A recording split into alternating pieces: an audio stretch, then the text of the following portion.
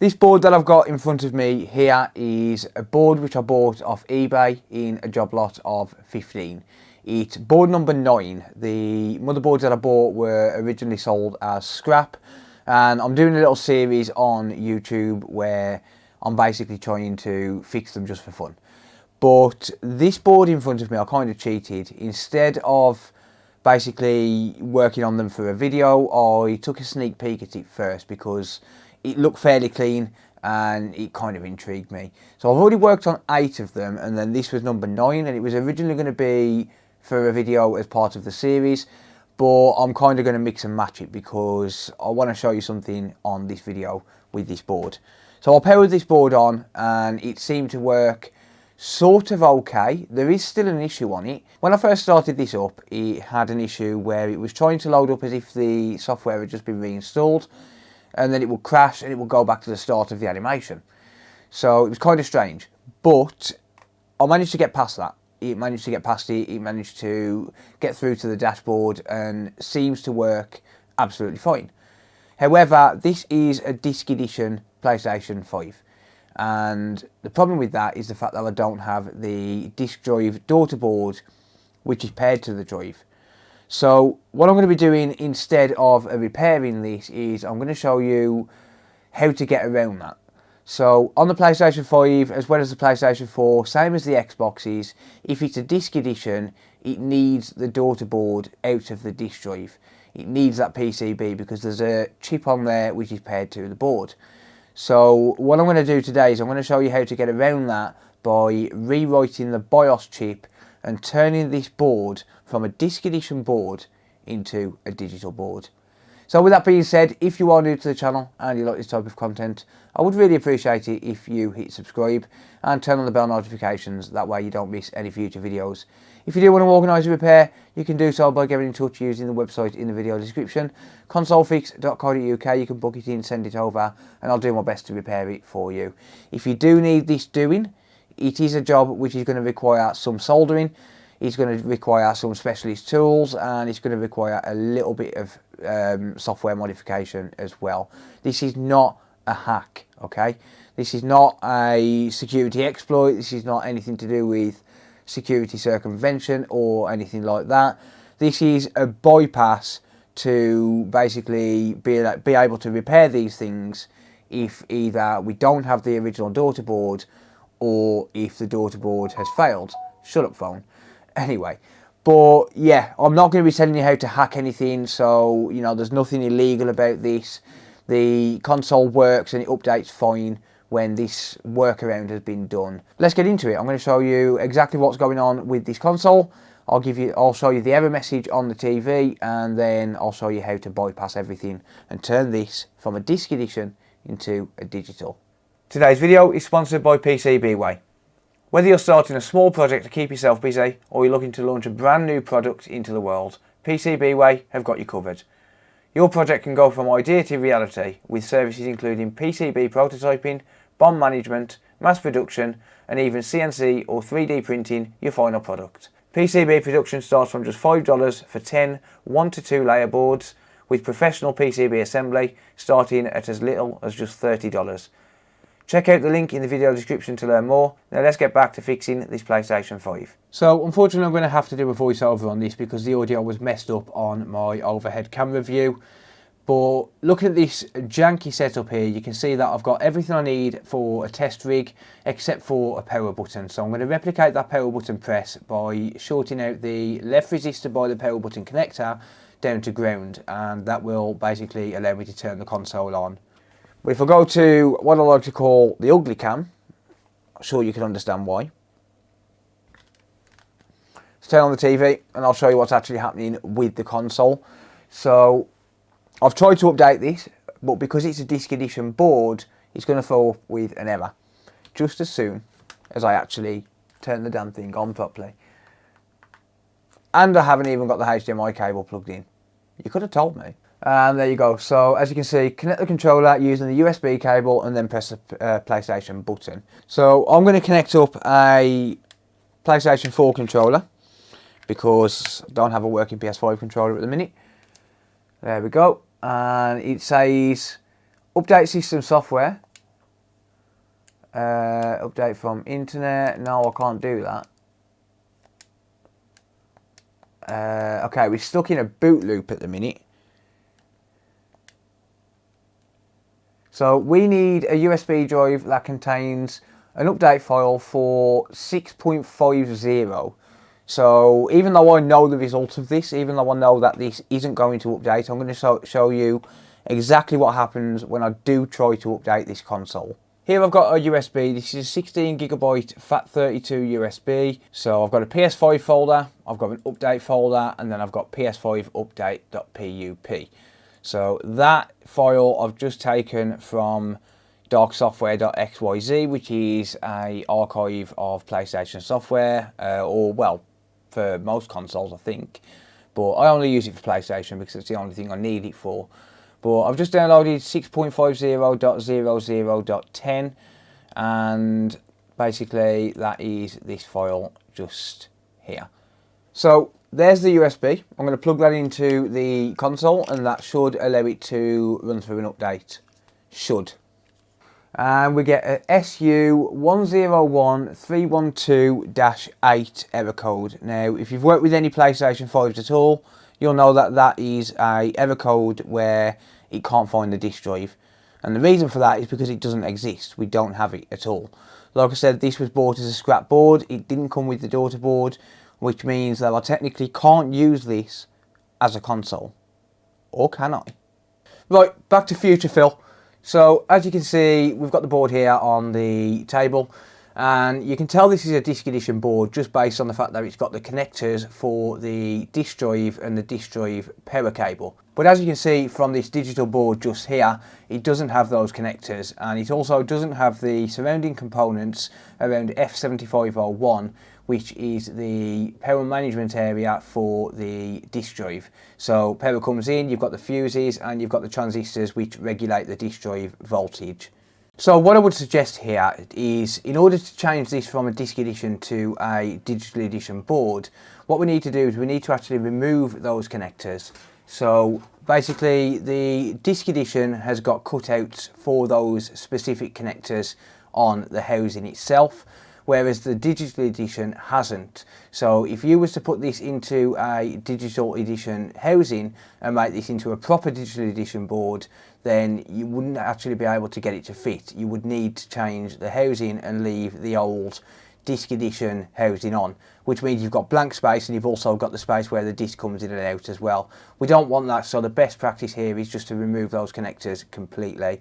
So I've got the motherboard over the edge of the table. Cooey. So you can see my fingers here. So motherboard's over the edge of the table, and if I just get that in focus there we go. And what I'm going to do, I'm going to set my hot air up at 480 degrees Celsius. And in fact, I can't actually do it this way. So I was going to try and do it without melting these.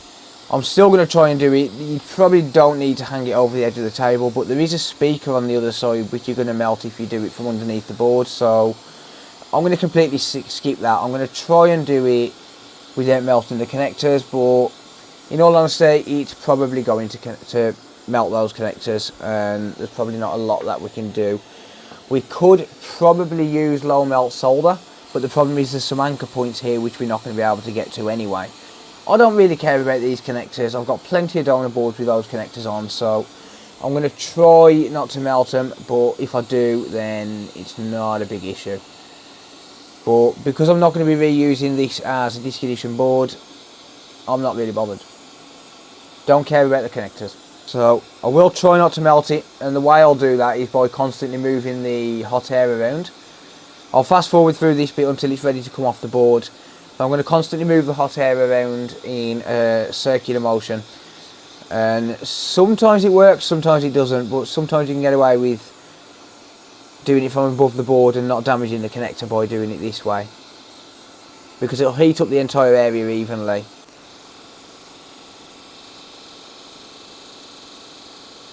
Yeah, so as you can see here, it is starting to melt this connector. It's not a big deal, like I said. I'm not really fussed about the connector. Let's try not to damage it any more than it already is, because if I do need a spare connector, it could be there as a spare, but it's not a big issue.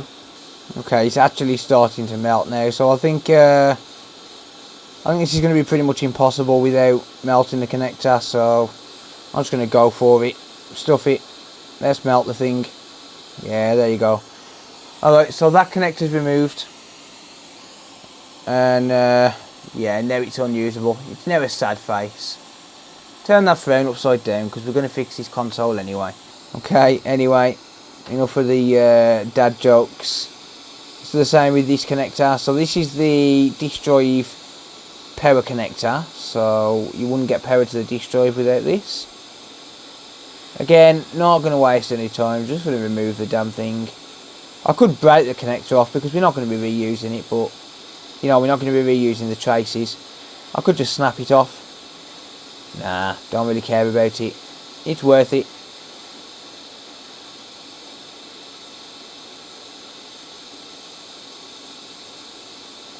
There you go. So that's that. The connectors are off. And I should probably point out that if you're going to be doing this sort of stuff, then there is a chance you can cause irreparable damage to the board. Just with that hot air, you know, you could melt this other connector up here if you're not careful. So just be super careful. I'm not going to take responsibility, you know, if you damage your own console. But yeah, take this for what it is. I'm just trying to show you how to do something. So on the other side of the board now, this is probably one of the most dangerous parts, to be honest, because you're going to be working around what's called a BGA chip. So this is a ball grid array, and basically what that means is that underneath this chip there's a lot of solder balls.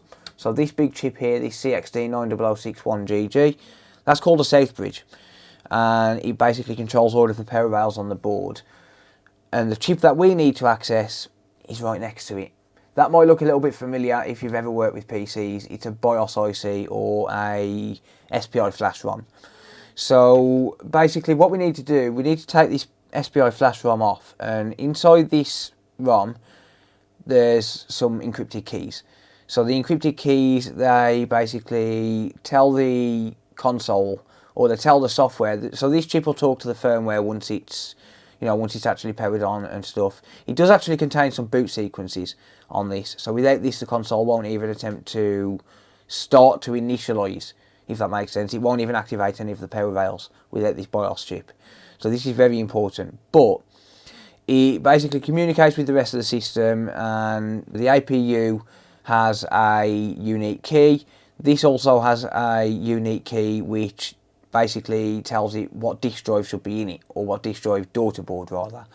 So on the disk drive daughter board there's something called, well, we used to call it a Renesas chip, but I'm not sure if Renesas still make them, but it's basically a custom disk drive controller which handles the decryption of the disk, and without it matching what's on the key on this chip and on the APU, you can't play a game, but you also can't update it, which is why we're getting that error code, because it can't find that key. It can't find the key on the disk drive itself. So what we need to do is we need to reprogram this chip so as this chip thinks that it's a digital edition. Now, as far as I'm aware, you can do this with a disk edition going to a digital edition, but as far as I'm aware, you can't do it going the other way. So you can't do it going from a digital edition to a disk edition. I am going to be trying that in the future. Just bear that in mind. I am going to be trying that in the future. So, you know, a couple of weeks, as soon as I get a matching disk edition, daughter board and BIOS chip, I'm going to be trying it. So what we need to do, like I said, I'll try and stop rambling. But what we need to do is we need to take this chip off, and we're going to need to hook this up into a SPI flash ROM reader, and we're going to need to overwrite the file that's on there. We're going to need to overwrite the firmware. So again, this is not security circumvention. This is literally just a way to fix these things, and I'm using this just as an example. There's no piracy involved, there's no ill intentions or anything like that. I'm not breaking any laws by doing this. I own this board and I have a right to fix it. No ill intentions. So if you think this is going to work so as you can play pirate games, no, it's not going to work to play pirate games at all. This is just so as we can turn this into a digital console. But anyway, I've got my hot air set at 440 degrees, 40% airflow. And you might notice I've put an angled nozzle on here. And that's so as I can focus the hot air directly on this chip instead of messing around with this BGA chip next to it and damaging that, because that can happen. So we'll desolder this from the board using hot air.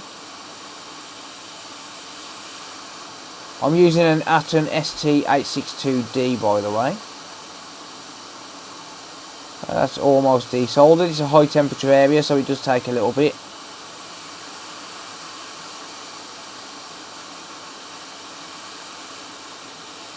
Plus my hot air heating element is kind of on the brink at the minute. On the blink at the minute. It's almost failing. I've got another one on the way though, so it's fine. There we go. So that's the BIOS chip. It's a Wimbond 25Q16 JVN. So I'm going to put the board to one side for a minute. We don't need that for now. What we do need, however, is this thing. So this is an SPI reader, as you can see. It connects through USB. And basically what we need to do is we need to solder this chip directly onto here. So if you've got the CH341A programmer, so that's this one here, and I'll leave a link in the video description to this. So it's a CH341A mini programmer. It connects through USB, and the way I've got this set up is I've got this in SPI mode. So if you look on the back, 25 SPI BIOS, so I've got that connected up to that, and pin number 1 is going to be top left. So top left on the second row of pins. So you've got two sets here. You've got a little divider here. So this is for one type of chip, this is for another, and this here is for the SPI ROMs. So pin number 1's here on the top left, closest to the retention arm. And then what I've got here is a little breakout board. This breakout board has got some jumper pins on it. So these are soldered directly onto the board. Yes, it's covered in flux, that's because, you know, it's a development board. But we've got pin number 1 down here on the bottom left here. And what I'm going to do is I'm going to solder this so as it's basically matching that. So pin number 1's indicator on the chip is in the bottom left, as indicated by that dot. And we need to solder this to this breakout board here. So like I said, this is where the micro soldering comes in. This is where the specialist the specialist skills come in. My hands are a little bit shaky tonight for some reason. I'm not sure why. I think I'm just tired, but it is almost 3 AM. What I'm going to do, just to keep this stable, I am going to put it back inside the module here. So I'll connect that back up to there, lock it in, just by pushing down the retention arm, just like that, boom. There we go. And then I'm going to use hot air, like I said, just to solder this onto here. You can use just a normal soldering iron, but you're not really going to... Whoops, that's out of focus. Never mind. That's the problem with recording a video. You kind of lose track.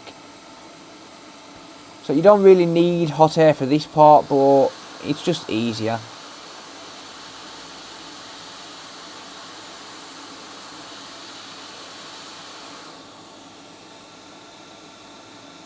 You can solder this on, or you can get a little breakout board where you can just push the chip in and lock it.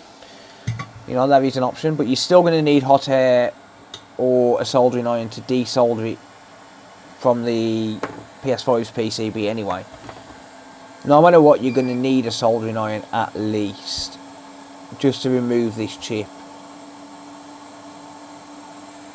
And no, you can't, you basically can't just connect up something like one of these crocodile clips here.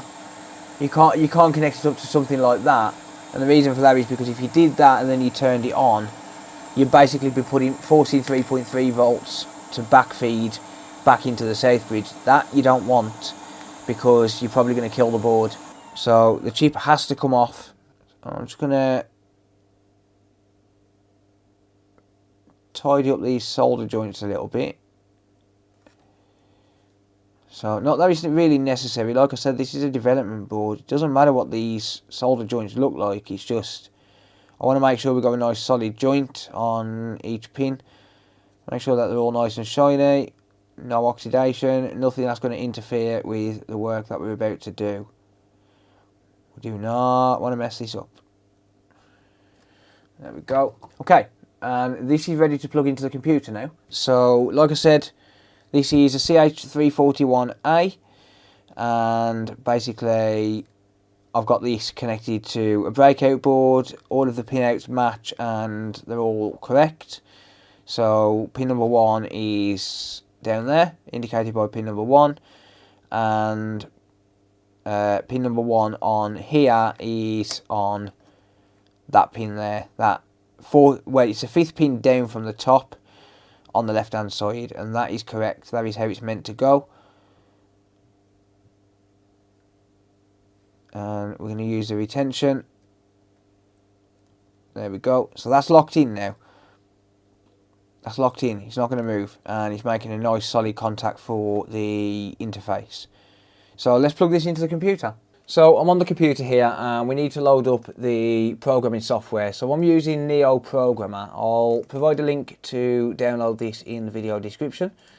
So I'm going to right click this, and I'm going to click on Run as Administrator on neoprogrammer.exe. You might need to install the driver, so if you do, just go to the drivers folder, click on CH341A, and then just run the setup. Or you can take this INF file, this setup information file here, and click on install, and that will obviously install the driver for you. So the best thing to do is just run the setup, but you can do it however which way you please. Alright, so I've got the Neo Programmer software, and this is basically what you're going to be faced with. So what we need to do is, first of all, we need to detect the device. So we're going to click on detect, and if you've got the driver installed, then you're going to pick it up straight away. We've got the W25Q16JV. If you didn't find that, then just go to IC, click on SPI_NOR, and then we're going to go to WinBond, and we're going to select W25Q16JV. And then as you can see here, it'll tell you which pins to put. So we're going to go for detect, and double click that, and that should pick it up. So what we need to do now is we need to click on read IC, and that's going to do it. It's going to keep reading it, and we're going to wait for that to complete. It takes a few seconds, about 10 seconds or so, and then we're done. So we've got success, execution time 17.8 seconds, absolutely fine. So we've got the file here. Yeah, so there's really not much to see here, but basically this here is the PS5 NOR. It's the PS5 BIOS. It's what basically controls the entire system. And this also contains the information where the console knows whether it's a disc edition or a digital edition. The first thing I'm going to do, and the first thing you should always do, just in case you fuck this up, just in case you make a mistake, we're going to click on save. And what I'm going to do is I'm going to name this. Now, I've got a disc edition. I'm trying to make a collection of different board revision BIOSes. So basically, if you want to send me the BIOS files as you do this, then please be my guest, name them, tell me what it is, if there's anything wrong with it, or anything like that. And yeah, I'll be happy to take them. So yeah, get in touch through email if you've got any bin files that you can send me. But that being said, as you can see, I've got some files here. What I'm going to do is I'm going to save this. So this is a PS5, and it's an EDM. Why is my caps lock not working? PS5 EDM-010 disc edition, working BIOS, board 9. There we go. So I'm going to save this as a bin file. Click on save. And then if I go to my PS5 NOR dumps, you'll see that I've got a 2 megabyte file right there, which is basically a clone of this BIOS. Now the reason I say this is because if you mess anything up and you need to basically restore your BIOS to the original BIOS, then this is how you're going to do it. You're going to have a working backup of the original BIOS file. While I'm here, I need to rename this. If I stop double clicking it, because this wasn't, that was a digital edition. But anyway, so what I've got here, as you may notice, is an EDM010 digital edition working bin file. I've already used this once today, so I know it works. So back in Neo Programmer, I'm going to click on Erase IC, click on Yes, and that's going to wipe this IC completely. It's going to completely blank the BIOS. It's going to be like it's just come from factory. And then if I detect this again, double click on that, and then click on Read. I'll wait for that to read, and this should now be blank. Yeah, so we've got a blank BIOS now, a completely fresh, clean slate. What we're going to do is we're going to press on the Open button, and I'm going to select PS5 EDM010 Digital Edition Working. Doesn't matter about the firmware version that's installed on your system. I will provide a link to this as well, so you can do this yourself. Click on Select, and as you can see, that is a valid Sony Computer Entertainment Inc. file. And this is completely safe. This is a BIOS that I've taken a copy of myself. I'm going to use the words trust me, bro. Just trust me, it's absolutely fine, it's perfectly safe. I've taken this BIOS myself, I know that it's clean. And I'm going to click on Program IC. And as you can see here, because I've got the erase option selected here, so you can select to basically you can select to erase it, you can select to do a blank check to make sure it's blank afterwards, select to write it, and then select to verify it. I'm just going to go erase and write, and that's it. You don't even need erase, to be honest. So just press Start Programming. Because we've already erased it, it should be fine. Otherwise we're going to get offset errors if the chip's not erased. If you do get offset errors, just select the erase option as well. So press Start Programming. And like I said, this is a digital edition working bin file. Digital edition. And there we go, that's it, that is done. So what we can do now is we can press on Read IC, and we're going to verify that this has actually copied over.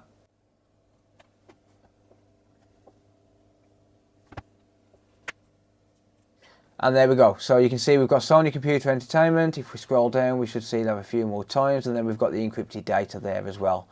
That is all done. We can close out this software now. And back under the microscope we go. I'm going to take this chip back off now. So using some hot air.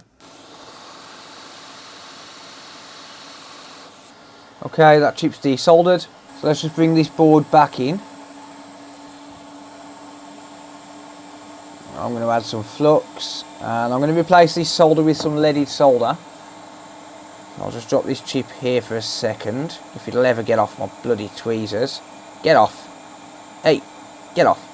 And I swear I will get it in focus as well. Or at least I'll try.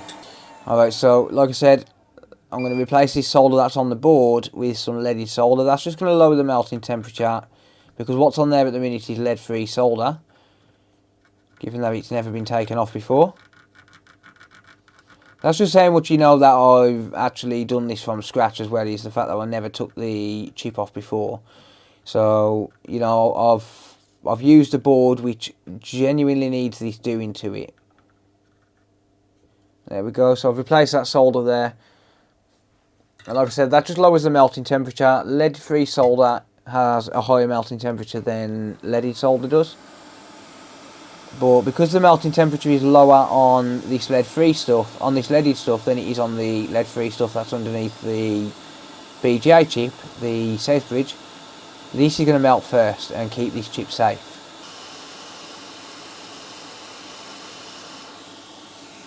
And flow that chip in.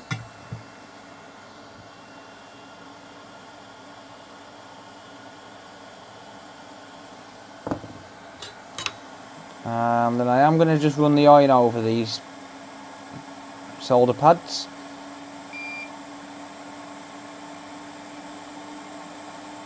You don't have to do that if you've used hot air, but I like to try and make 100% sure that what I'm doing is a lasting repair. So I'm just used to doing this, it's just force of habit for me. Like I said, if you're using hot air, you really don't need to do this. But I will anyway. Alright, that's done. That's good to go. The final step is any flux, just clean it off the board. Don't leave it on there. It's not good practice.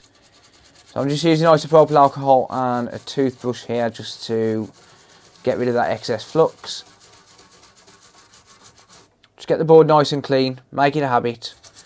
Honestly, the amount of times I've come across boards that are just caked in flux, it's not nice when other technicians have to work with it. Especially when we've got to clean up the mess before we can even do any work. So I always make a habit of cleaning the board after I'm finished. And that is done. Those solder joints are not the prettiest, but it'll do the job. It's more than sufficient. There's no dry joints, there's no cracked solder, there's no oxidation. It's a little bit dull because it's a mixture of leaded and lead-free solder, but it's fine. Honestly, it's fine. And the rest of that there is just isopropyl alcohol, so that will evaporate anyway. We can leave this stuff on the board. So this F5401, F5402, that's disk drive related. You can take that off, but I'm going to leave it on the board. It's pointless taking it off. I'm not going to waste my time removing, 10, 11 components when I really don't need to. So as you can see, this is the same board, the one that I've just transferred the BIOS chip back onto. The only reason I'm mentioning this is just the fact that there's going to be some naysayers who basically say that it's not the same board, or that it's not possible, or that this video is being faked anyway, or something like that. I know there's going to be some idiot out there that says it. But that being said, the only thing that's really left to do with this is to reassemble it so as we can pair it back on and basically reinstall the software. So the only thing that's changed on this setup is the fact that I've got a power button. So when I do connect up the LED bar, you'll see that I'm able to fire it up and basically get it to load up into safe mode, ready to reinstall the system software.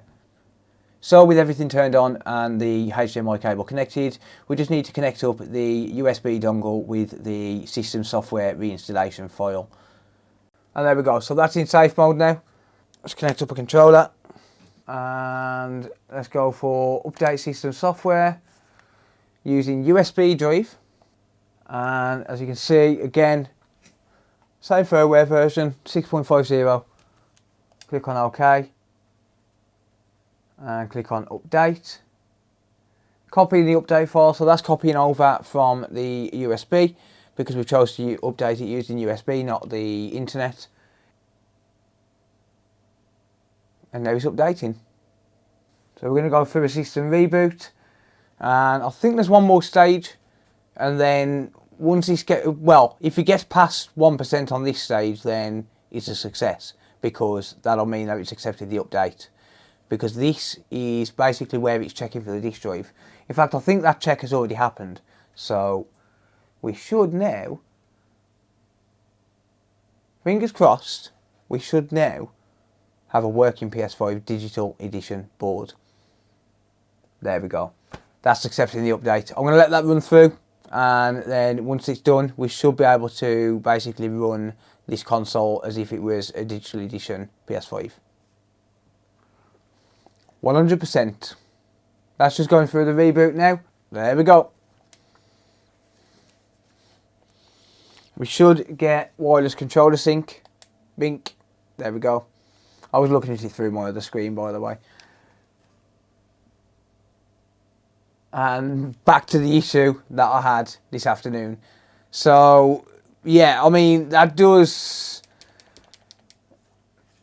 kind of prove it. I mean, it's working, so it's accepted the update. That's a good thing, I suppose. But when it loads up that, I mean, that's the issue that it had. When it loads up that that little animation there, it kind of crashes. If you can get off it quick enough, it works. I think that's something to do with either the HDMI encoder or the SSD controller. I'm not entirely sure. I think it's either the encoder or the SSD controller. I'm going to try and find out tomorrow when I do a video on this. But yeah, there we go. It's updated, or rather it's accepted the update. And this console is now technically a digital edition. I am going to log into my account just to show you that it does work online, but that does mean that I've now got to update this to the latest firmware, which is fine. I don't really mind doing that. So settings, network, yep, connected to the Coder test, which is my mobile hotspot on the PC. So that should work absolutely fine. We're going to go system, console information, and it says 22.02-6.50, blah, blah, blah. So everything seems to be working on there. So let's go to system software update. Update using the internet. That's downloading the update. It's actually nearly done. It must have started it automatically, but that's absolutely fine. I'm going to let that run the update, and once it's done, I'll come back and you'll see that it's running on, I think it's 7.01, but yeah, that's going to run the update, and it should go through absolutely fine. And then I'll connect to the internet, connect my PSN account, which is an active PSN account, which I use on my own PS5, and I'll just show you that it all works and it all connects without being banned. 100%, and that should now be on the latest firmware.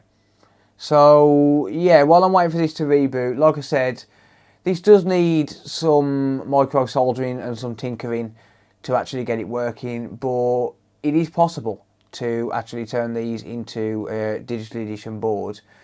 So yeah, that's just rebuilding the database, which is perfectly normal. But yeah, like I said, it is completely possible to turn these into a digital edition board. It does want me to sign in now, so I'm going to sign in to my account through my mobile. So I have noticed that this is still going through that weird animation reboot thing. I'm not sure if that's an SSD controller issue or or whether it's just an encoder issue. As you can see, it just keeps flickering on and off, but it was doing that earlier on as well, before I started the video. So yeah, I'm not concerned about that. Like I said, that is an ongoing issue which I'm trying to work out, but we'll see. So I'm going to try signing into my account if I can remember. Oh, I skipped off it, but you just saw that system software update complete. If you didn't see it, then yeah, fast forward, rewind. Okay, so I'm going to sign in now using my PlayStation account. So PS app on my phone. So enter code manually. So we've got 83398.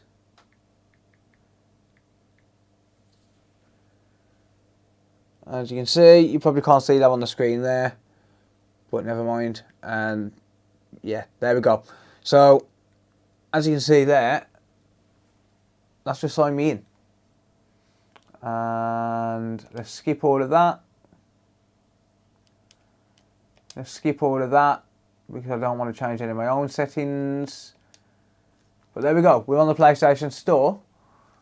And let's try and download a game. So GTA 5, PS5 version, download, added to downloads. There you go. So that is working. So just like magic, we've got another camera angle because professionals here at the Coder Studios. But hey ho, there we go. We've got this working. Technically, it still crashes, but it's technically working. So yeah, I wanted to make this video because I wanted to show the process for turning it into a digital edition, and also the process for fixing corrupted BIOSes. So with the corrupted BIOS, you can get something like the triple beep of death, which is another video I'm going to be showing very, very soon.